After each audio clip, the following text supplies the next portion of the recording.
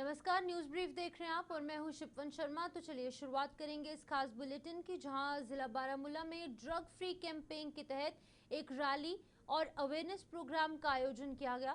उपराज्यपाल मनोज सिन्हा इस प्रोग्राम में चीफ गेस्ट के तौर पर शामिल हुए, जबकि एडमिनिस्ट्रेशन के दूसरे सीनियर अधिकारी भी इस सेरेमनी में मौजूद थे। इस मौके पर उपराज्यपाल ने इस कैंपेन को सफल बनाने के लिए एडमिनिस्ट्रेशन के साथ सहयोग करने के लिए लोगों का शुक्रिया अदा किया। प्रोग्राम में डिस्ट्रिक्ट एडमिनिस्ट्रेशन, कर्मचारियों, स्टूडेंट्स और आम लोगों ने बढ़ चढ़कर हिस्सा लिया। प्रोग्राम में यह तय किया गया कि समाज का हर सदस्य आगे आकर ड्रग्स को जड़ से खत्म करने के लिए अपना सहयोग देगा। स्थानीय लोगों ने कैंपेन की तारीफ की और कहा कि ये उपराज्यपाल प्रशासन का एक बहुत अच्छा कदम है। आप सबसे मैं विनम्रतापूर्वक निवेदन करना चाहता हूं कि सप्ताह में 2 घंटा इस अभियान के लिए दीजिए। ये ठोस कार्य होगा जो परिणाम देगा और मैं आश्वस्त हूं, दुनिया भर में जितने रिसर्च हुए उन सबका निष्कर्ष यही है कि मजबूत पारिवारिक और कम्युनिटी संबंध ड्रग एडिक्शन के खिलाफ सबसे ताकतवर सील है। इसलिए अगले 69 दिन जम्मू कश्मीर के हर स्कूल में, कॉलेज में, रिलीजियस प्लेसेस पर एक दिन का संवाद कार्यक्रम हम परिवार और सोसाइटी के साथ करें, जिसमें ईमानदारी और सहजता से ड्रग पर बातचीत हो सके। नशा मुक्त जम्मू कश्मीर अभियान की उस इलाके में ऑडिटिंग भी हम कम से प्रारंभ करेंगे, ताकि कहीं गैप है तो उसे हम भर सकें। और मैं आवाम के लोगों से निवेदन करना चाहता हूँ, इस अभियान में आपको अगर कहीं कोई कमी दिखाई पड़ती है तो आपके हर सुझाव का हम स्वागत करेंगे और हर अच्छे सुझाव को इसमें जोड़ करके अभियान को और तेज करेंगे। जम्मू कश्मीर नशा मुक्त अभियान में मेरा आग्रह नशे के कारोबार से जुड़े लोगों की पहचान भी गुप्त तरीके से पुलिस को पहुंचाने का प्रावधान है। मैं आपसे निवेदन करूंगा कि आप जरूर बताइए। बुजुर्गों से अनुरोध करूंगा कि आपकी जिम्मेदारी ज़्यादा है, आप आगे आइए। माताओं बहनों से निवेदन है कि आप भी इस अभियान से जुड़ी हैं, मैं जानता हूं, लेकिन थोड़ा समय दीजिए और किसी बच्चे की मौत नहीं होनी चाहिए। अब कोई नौजवान हमारा रास्ता भटके, ये मैं समझता हूं कि हम पर नहीं अफोर्ड कर पाएंगे। सरकारी कर्मी हो, आवाम हो, ड्रग के खिलाफ समर्थन जुटाना, नशा मुक्त गाँव, नशा मुक्त शहर के लिए सही माहौल बनाना, ये हम सबका दायित्व है। इस अभियान की शुरुआत के पहले अप्रैल के प्रथम सप्ताह में मैंने लगभग सभी जिलों के रिलीजियस लीडर्स, सामाजिक और सांस्कृतिक संगठनों से जुड़ी हस्तियों को, इलेक्टेड रिप्रेजेंटेटिव को खुद मैंने चिट्ठी लिख करके आह्वान किया था कि आप इस अभियान से जुड़िए। बारामूला के सभी रिलीजियस लीडर्स, कलाकार, नौजवान, माताएं, बहनें, सबसे मेरा आग्रह कि आप इस अभियान की ताकत बनकर काम करिए। अपनी बात पूरी करने से पहले मैं आप सबसे कहना चाहता हूँ कि नशा मुक्त जम्मू कश्मीर की सफलता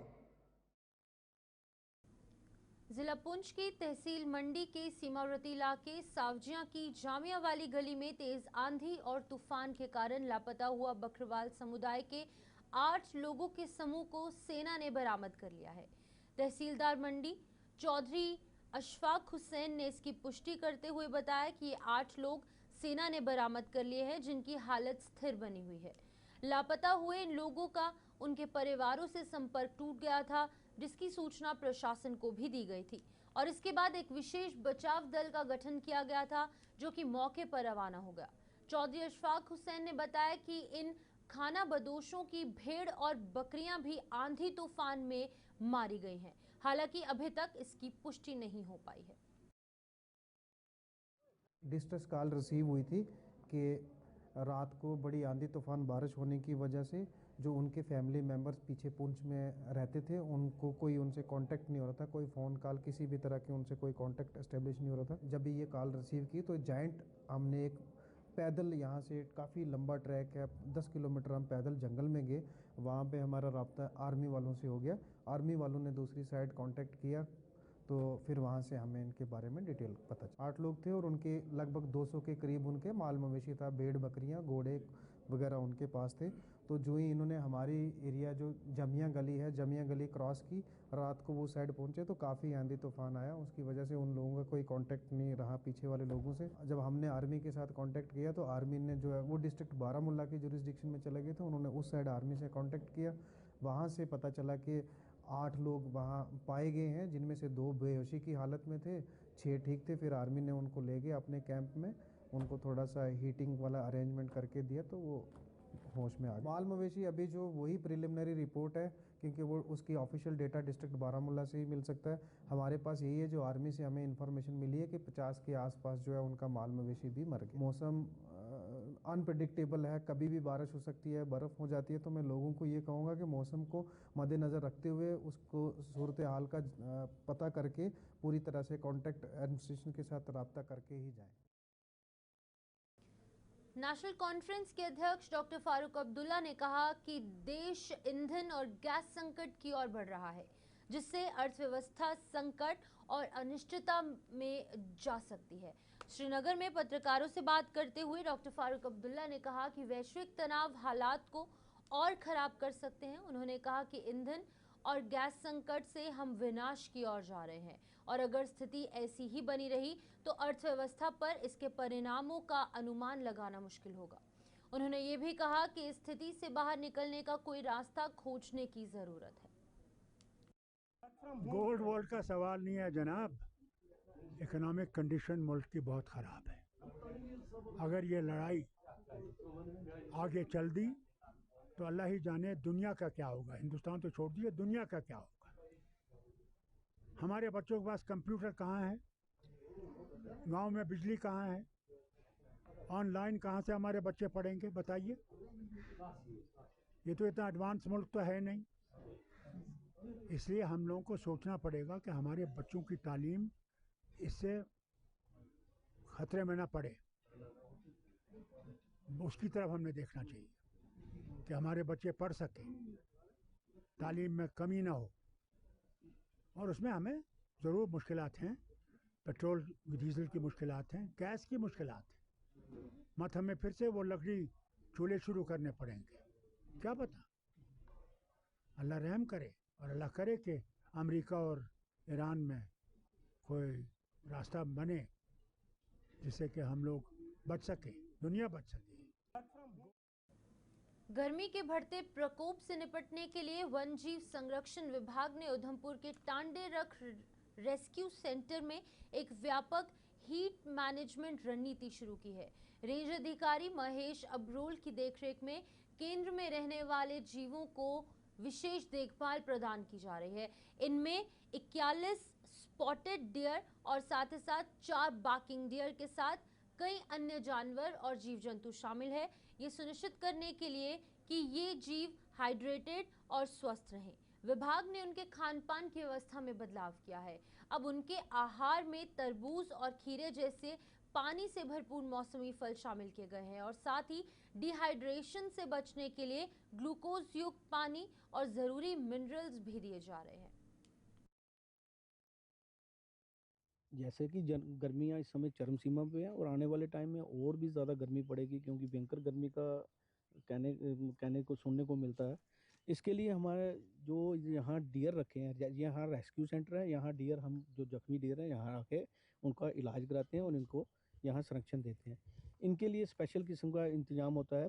स्पेशल किस्म जैसे पानी हो गया, इनकी मेडिकेशन हो गई, फाडर हो गया, फीड हो गया। जैसे हमारे पास शेड्स बने हुए हैं, शेड्स में हम इनको वाटर स्प्रिंकलिंग करते हैं, जैसे उनको ठंडा रखने के लिए। वो शेड्स में बैठकर वो अच्छा फील करते हैं। अब कोई कोई बीमार होता है, जैसे गर्मी ज़्यादा पड़ रही है, डॉक्टर आते हैं, वो चेक करते हैं कि इनको क्या देना चाहिए, वो ग्लूकोज प्रिस्क्राइब करते हैं, हम उनको ग्लूकोज देते हैं। जैसे सीजनल फ्रूट हो गए, जैसे वाटरमेलन हो गया, इस तरह के मतलब सीजनल फ्रूट हम इनको प्रोवाइड करते हैं। फीड जो हमारे से जम्मू से आती है, हमारे डिपार्टमेंट से, वो इनको प्रोवाइड करते हैं। कितने डियर्स अभी आपके पास हैं? हमारे पास यहाँ 41 नंबर ऑफ स्पॉटेड डियर्स हैं और बार्किंग डियर हमारे पास 4 है।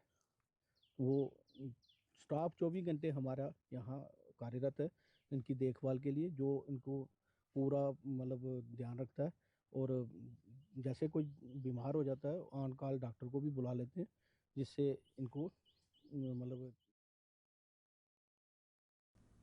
गवर्नमेंट मेडिकल कॉलेज कठुआ के कर्मचारी आज अपनी मांगों को लेकर दूसरे दिन भी हड़ताल पर रहे।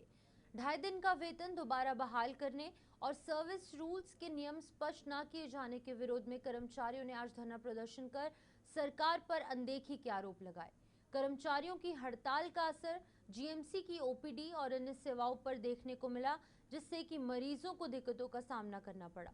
जीएमसी प्रशासन ने हालांकि अभी तक कर्मचारियों से बातचीत नहीं की है और मरीजों की परेशानी को देखते हुए उस पर भी जल्द समाधान निकालने का दबाव है।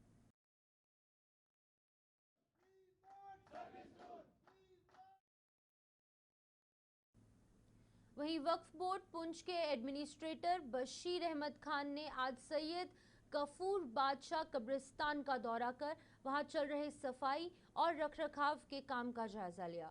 पिछले कुछ दिनों कब्रिस्तान के अलग अलग हिस्सों में झाड़ियों, घास और गंदगी की खबरें सामने आई थी, जिसके बाद तुरंत कार्रवाई करते हुए यहां सफाई अभियान शुरू किया गया। इस मौके पर बशीर अहमद खान ने कहा कि कब्रिस्तानों की पवित्रता, सफाई और सही रखरखाव बनाए रखना पूरे समाज की जिम्मेदारी है। उन्होंने पुंछ जिले के नागरिकों से अपील की कि वो कब्रिस्तानों के रखरखाव में पूरा सहयोग करें ताकि इन पवित्र जगहों का सम्मान और पवित्रता बनी रहे। हमारा जो विज़िट है यहाँ सैयद गफूर शाह बादशाह ज़ियारत पे हम आए और यहाँ कब्रिस्तान था। पिछले दिनों एक सोशल मीडिया में एक न्यूज़ भी हुई थी वायरल कि यहाँ कब्रिस्तान पे झाड़ियाँ हैं, घास है। उस सिलसिले में हमने यहाँ विज़िट किया और देखा कि झाड़ियाँ यहाँ पे थी, तो हमने यहाँ मशीन वाले वो घास कटाई वाले बंदे भी लगाए और साफ़ सफाई और इंशाल्लाह बाकी जो भी और भी इशू हैं यहाँ पुंछ में हेडक्वार्टर पे, उनको भी हम देख रहे हैं आस्ता आस्ता सारे जो हैं उन मसलों को हल किया जाएगा। और मैं आपकी वसादत से जो डिस्ट्रिक्ट पुंछ के लोग ये देख रहे हैं उन तक जहाँ जहाँ मेरी आवाज़ जाती है उनसे ये मेरी रिक्वेस्ट रहेगी कि कब्रिस्तान जो है लास्ट पे हमने कब्रिस्तान में ही जाना है, तो इनका ध्यान रखें और कब्रिस्तानों की हिफाजत करना हमारा फ़र्ज़ है एक मुसलमान होने के नाते। और वक़्फ़ की भी ज़िम्मेदारी है और साथ में आम इंसान की भी ज़िम्मेदारी है कि हमें देखना चाहिए कब्रिस्तान और ज़ियारतों की हिफाजत करनी चाहिए। बहुत पहली बात है कि वक़्फ़ बोर्ड में कमेटी तो चलती नहीं है, लेकिन अलबत्ता कमेटी वाले जो हज़रात ज़िम्मेदार शख्स थे उनसे भी हम एक मीटिंग करेंगे, उनसे ये कहेंगे कि उनका भी फ़र्ज़ बनता है और निगरानी करेंगे। कमेटी वक़्फ़ में तो है नहीं है क्योंकि देख रेख वक़्फ़ बोर्ड ही करता है, तो अलबत्ता उनसे हम मिलेंगे और बात करेंगे और वो भी निगरानी रखेंगे क्योंकि वो एक इस इलाके के ज़िम्मेदार शख्स हैं। और ज़िम्मेदार कमेटी जो बनी हुई थी वो मैंने सुना है कि वो अच्छा काम पहले भी कर रहे थे और हमें भी कोऑपरेट करेंगे इंशाल्लाह। राष्ट्रीय बाल वैज्ञानिक प्रशिक्षण के तहत girls higher secondary school Surankot में एक मॉडल प्रदर्शनी और सेमिनार का आयोजन किया गया, जिसमें सुरनकोट जोन के विभिन्न स्कूलों के छात्रों और शिक्षकों ने भाग लिया। इस कार्यक्रम में सुरनकोट जोन के 13 स्कूलों ने भाग लिया, जहां छात्रों ने वैज्ञानिक, शैक्षिक और पर्यावरण विषयों पर आधारित आधुनिक और रचनात्मक मॉडल प्रस्तुत किए। वहीं विभिन्न महत्वपूर्ण विषयों पर जानकारी के लिए सेमिनार भी आयोजित किया गया और इस कार्यक्रम का उद्देश्य छात्रों में वैज्ञानिक सोच, रचनात्मक सोच, नवाचार और जागरूकता को बढ़ावा देना था, ताकि वो समस्याओं को बेहतर ढंग से समझकर उन्हें हल कर सके। वहीं छात्रों ने अपने मॉडल्स और प्रस्तुतियों के माध्यम से असाधारण कौशल और आत्मविश्वास का प्रदर्शन किया, जिससे विज्ञान और शिक्षा में उनकी गहरी रुचि उजागर हुई। तो इनमें बच्चों के लिए दो चीज़ें जो हैं वो अलग अलग तरीके से रखेंगे। एक तो मॉडल है जिसमें मेरे ख्याल तकरीबन 7 डिफरेंट टॉपिक्स जो हैं वो दिए गए हैं और 7 डिफरेंट टॉपिक्स पे अलग अलग एक टॉपिक पे एक जो मॉडल जो है वो बनाना है हर बच्चे को।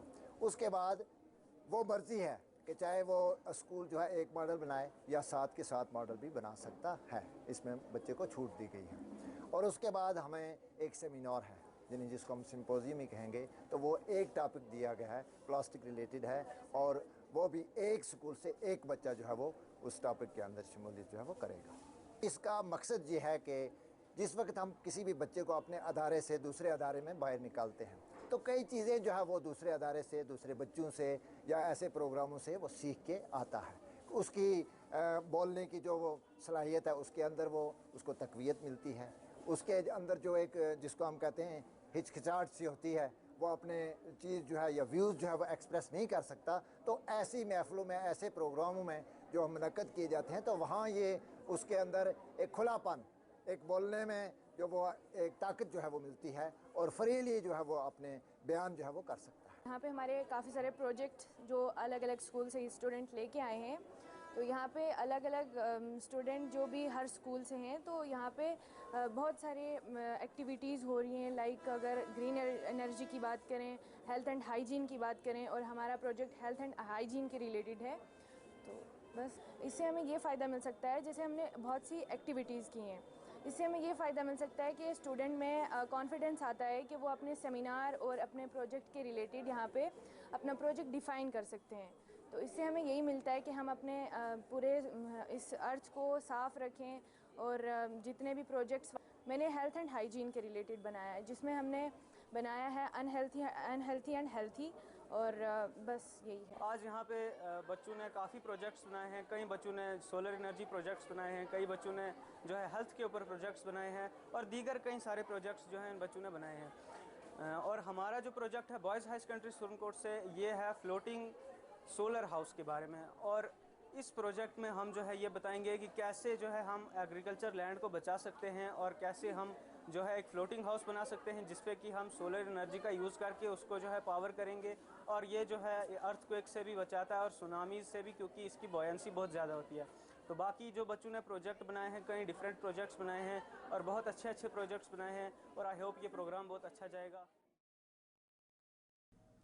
वही मेंढर के अंदर छजला से ऐतिहासिक रामकुंड मंदिर तक जाने वाली सड़क की हालत बेहद खराब है, जिससे श्रद्धालुओं और स्थानीय निवासियों को भारी असुविधा हो रही है। स्थानीय लोगों ने सड़क की तत्काल मरम्मत और रखरखाव की मांग की। उन्होंने कहा कि रामकुंड मंदिर एक प्राचीन धार्मिक स्थल है, जहां साल भर अलग अलग क्षेत्रों से बड़ी संख्या में श्रद्धालु आते हैं। सड़क की खस्ता हालत के कारण उन्हें मंदिर तक पहुंचने में कठिनाइयों का सामना करना पड़ रहा है। खासकर बारिश के मौसम में लोगों ने प्रशासन से इस सड़क की मरम्मत और ब्लैक टॉपिंग के लिए जल्द कदम उठाने की मांग की है, ताकि श्रद्धालुओं और स्थानीय जनता के लिए सुरक्षित और सुगम आवागमन सुनिश्चित किया जा सके। मैं जावेद राना साहब से ये अपील करना चाहता हूँ कि जो हमारी रोड की इतनी खस्ता हालत है, हमारा साल में 2 बार जो है हमारा वहाँ पे नवरात्रि में 9 दिन लगातार हम जाते हैं, तो वहाँ इस बार भी हमने 10 बार पूरी एडमिनिस्ट्रेशन को बोला, डीसी साहब को भी बोला, और जो हमारे एक्जीएन साहब हैं पीडब्ल्यूडी के, इनको राणा साहब ने भी इनको फ़ोन किया, लेकिन इनने उस रोड की टच से मस नहीं की। जैसे थी वैसे ही लास्ट तक रोड रही, और लास्ट वाले दिन जब हमने रामायण भैया का पाठ रखा, तो उस दिन यहाँ से एक जेसीबी गया, उसने कोई तकरीबन एक ट्राली को पता नहीं टिप्पर था कंक्रीट का बजरी का, वो वहाँ पे ले गए और रोड के ऊपर बिछाया जहाँ पे थोड़े गड्ढे थे। बाकी पूरी की पूरी रोड जो थी वो वैसे की वैसी थी। तो जिसको भी बोले जो हमारी इंतजामिया है यहाँ की, बिल्कुल उसके ऊपर कोई भी ध्यान नहीं देता कि ये रोड है। यहाँ पे हमारे जोरी से, पुंछ से, जम्मू से, सुंदरबनी से जो यात्री हैं वो आते हैं। तो आगे फिर हमारे नवरात्रे आने वाले हैं, इसके नवरात्रि में 9 दिन लगातार हम वहाँ पे जाते हैं। तो जो हमारी इंतजामिया है, मैं उनसे एक बार फिर कहना चाहता हूँ कि हमें आगे आने पे, रोड पे आने पे मजबूर ना करें। अगर इस बार हमारी रोड इस नवरात्रि में अगर हमारी रोड कंप्लीट नहीं हुई, तो फिर उसका जो हमने आगे इंतजाम करना है वो हम बाद में आपको बताएंगे कि हमने क्या करना है। वो खासकर हमारे यहाँ के विधायक जीत के गए हैं जावेद अहमद राना साहब, उनसे भी हम जो है पुरजोर अपील करते हैं कि जिस तरीके से हो, जैसे भी हो, ये हमारी रामकुंड वाली रोड जो है, क्योंकि आप यहाँ तरफ से अपने सनातन की तरफ से एक बार फिर मैं जो इंतजामिया है हमारी स्टेट की है, जो हमारी डिस्ट्रिक्ट की है, उससे पूरा अपील करना चाहता हूँ कि जल्द से जल्द जो है इस रोड का काम शुरू होना चाहिए। जय हिंद, जय भारत, भारत माता की जय। शाह साहब, मैं सबसे पहले आपका शुक्रिया अदा करता हूं कि आप हमारे मीडिया के माध्यम से हमारी जो मुश्किलातें हैं, हमारे समाज की जो मुश्किलातें हैं, जहां जहां पर भी रोड का मसला हो, पानी का मसला हो, कोई भी मसला हो, आप उठाते रहते हैं। उसके लिए आपका शुक्रिया अदा करते हैं। हमारा ये जो राम कुंड मंदिर है, ये प्राचीन मंदिर है, कई हजार साल से पुराना मंदिर है। ये जिस तरह से पुंछ में बुड्ढा अमरनाथ मंडी में है प्राचीन, उसके साथ पूरे हिंदुस्तान से पूरे हिंदुओं की जो आस्था उनसे साथ जुड़ी है। और इसी तरह से ये रामकुंड मंदिर जो हमारा है, ये भी इसके साथ भी सारी हिंदू बरादरी की सनातनी को, तमाम सनातनियों की वहाँ पर उनके साथ आस्था जुड़ी है। लेकिन बड़े दुख से कहना पड़ता है, पहले जब ग्राउंड पर जाओ, रियलिटी पर जाओ, देखो ग्राउंड पे देखो जाकर, उसकी हालत जो है वो बहुत खस्ता है। भी इतनी खस्ता हालत है कि वहाँ से जाना बहुत दुश्वार है लोगों। पहले तो हम पैदल लोग जाया करते थे, अब जब रोड का पैदल फिर ठीक था, और रोड की हालत इतनी खस्ता है कि हम वहाँ पर जाना, हर आदमी का इतने बस का रोग नहीं है। और इस मसले को दोबारा पुरजोर तरीके से उठाया जाएगा, ताकि नेक्स्ट जो है जब ये मेला आए, जब ये जो है, क्योंकि जब यहाँ पर हमारे 6-6 महीने के बाद नवरात्रे आते हैं, उनमें भी हम वहाँ पर जो है सुबह जाते हैं, 6 दिन हमारा वहाँ पर आना जाना लगा रहता है, लोग स्नान करने के लिए जाते हैं। तो इससे हमारी एक रिक्वेस्ट रहेगी, और सनातन की तरफ से भी और पूरी हिंदू बरादरी से भी एक पर्सनल रिक्वेस्ट रहेगी राणा साहब से, कि ताकि ये जो रोड का मसला है ये ठीक हो जाए।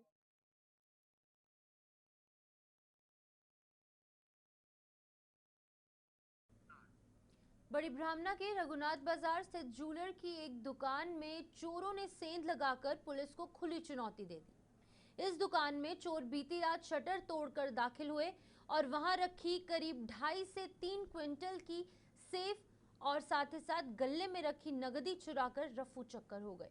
आज सुबह इसकी सूचना दुकानदार को स्थानीय लोगों द्वारा मिलने पर उसके होश उड़ गए।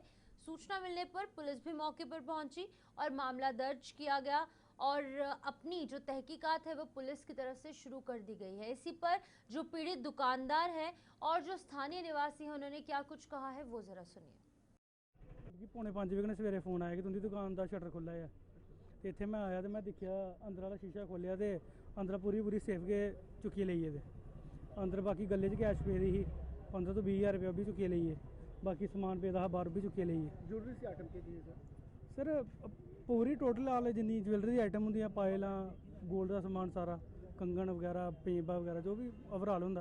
लगभग कितना नुकसान है? मोटा सर कोई 10 किलो के करीब चांदी ही, भी 150 ग्राम के करीब सोना, क्योंकि और कुछ दुकानदार का मैं काम भी करना होना, हूँ ब्याहें का समान तैयार हुआ था, वो भी बिच लेइए दे, कुछ समान रिपेयर होने आया था, वो भी बिच लेइए दे। क्या अपील कर रहे हैं? अपील सर इो करने हैं कि नहीं जल्दी से जल्दी तुप्या जाए और सारा सामान रिकवर किया जाए। इसकी दुकान पे चोरी हुई है, तो इसकी जो अलमारी थी वो भी ले गए उठा के, अलमारी का वेट भी 2.5 से 3 क्विंटल के बीच है, वो लेके चले गए। इस हिसाब से तो बाकी मार्केट भी सेफ़ नहीं है सर, जो अलमारी उठा के लेके जाए, जो बाकी दुकानदार है उनका तो सामान आराम से वो लेके जा सकते हैं कि 2.5 क्विंटल उनको उठाने में टाइम नहीं लगा। ये बाकी लोगों का क्या सामान, हमारी भी सुनहरे की दुकानें आगे वो भी सेफ़ नहीं है। हम प्रशासन से यही मांग करते हैं कि थोड़ा इनके ऊपर नकेल कसी जाए इनकी, और थोड़ा सा ध्यान रखा जाएगी। रात को कुछ 1-2 राउंड लगाए जाए यहाँ पर मार्केट में भी, जो पुलिस की नफरी है थोड़ा चक्कर वगैरह लगाए और देखेगी कौन बंदा। तो चलिए न्यूज़ ब्रीफ में फिलहाल इतना ही, दीजिए इजाज़त और तमाम बड़ी अपडेट्स के लिए आप जुड़े रहिए गुलिस्तान न्यूज़ के साथ। नमस्कार।